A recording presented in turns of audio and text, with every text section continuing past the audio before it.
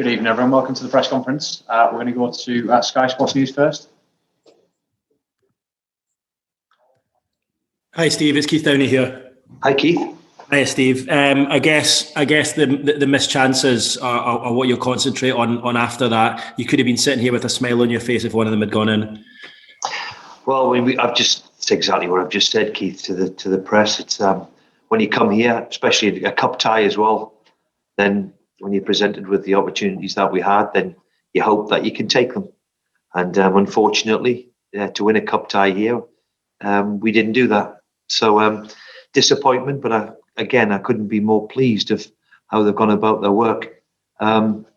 Just needed to take that big opportunity when it came along. Do you feel, Steve, that was a more acceptable way to go out in a way than perhaps the Brentford game last month? Well, look, Keith, you're going to hold me on this Brentford one. I know you are. We couldn't be more disappointed. I've said it before, but the reaction, especially when we've played Arsenal, Liverpool, Man City and Leicester. Yes, we haven't took the wins, but the reaction from the players and also a shift in what we're trying to do and trying to get us higher up the pitch. I think that they're getting used to it, and I can see signs of progress. Just looking at the chances you missed tonight, Andy Carroll, if they were to fall to anyone, I suppose you would have wanted them to fall to him. Does that make it even more difficult to stomach? I mean, there's nobody but more disappointed than Andy, of course, that he didn't take one. But I thought his overall play and the way he led the line was terrific. And it would have capped it off a really good week for him after scoring last week, the first time in 10 years for Newcastle. To have a big opportunity today, he'll be disappointed. I'm sure of that. But because when it fell to him on his left foot, I think we were all shouting goal. And what was it, 30 seconds to go?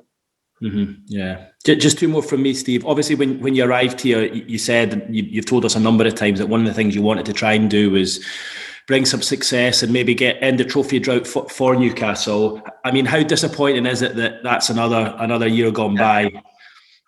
Well, look, we've been in 18 months. We've been to 2 quarterfinals, and we're disappointed that we didn't take the next step.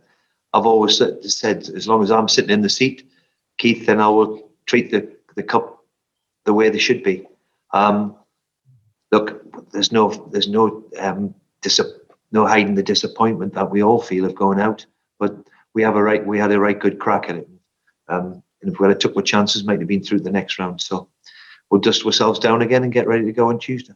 Jamal Lascelles, just finally for me, Jamal Lascelles came off at half time. Was that fatigue from COVID, or has he picked up a knock? Yeah, absolutely. Yeah, fatigue. So with all the problems we've got, we've left a few behind at home. Hopefully now they'll be ready for Tuesday and be able to freshen up the squad and the team on Tuesday for Sheffield. Thanks, Steve. Thank you, Keith. Thanks, Keith. Miles Starford.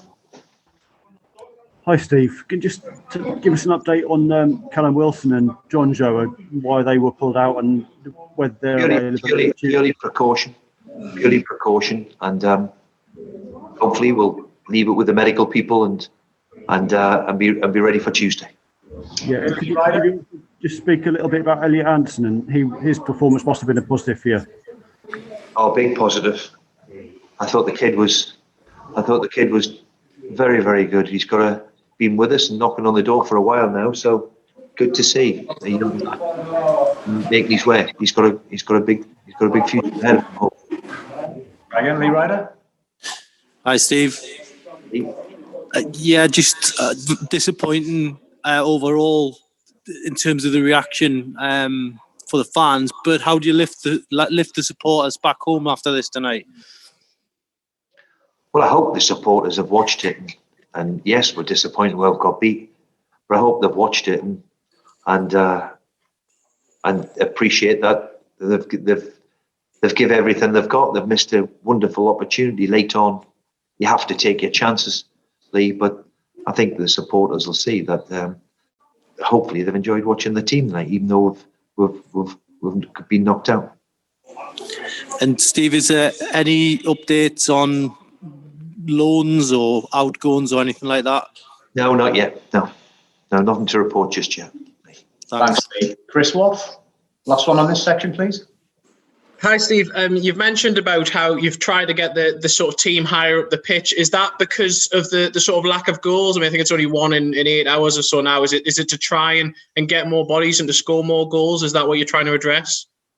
Yeah, rather than sitting deep and playing off a low block, if that's what you would call it, is to try and get us higher up the pitch. And of course, that's always the difficult part. And of course, to win a game, you've got to score a couple. So yes, the thing is chances today, and hadn't been able to take them. So that's the positive for me. We're trying something different, and it nearly paid dividends. Okay.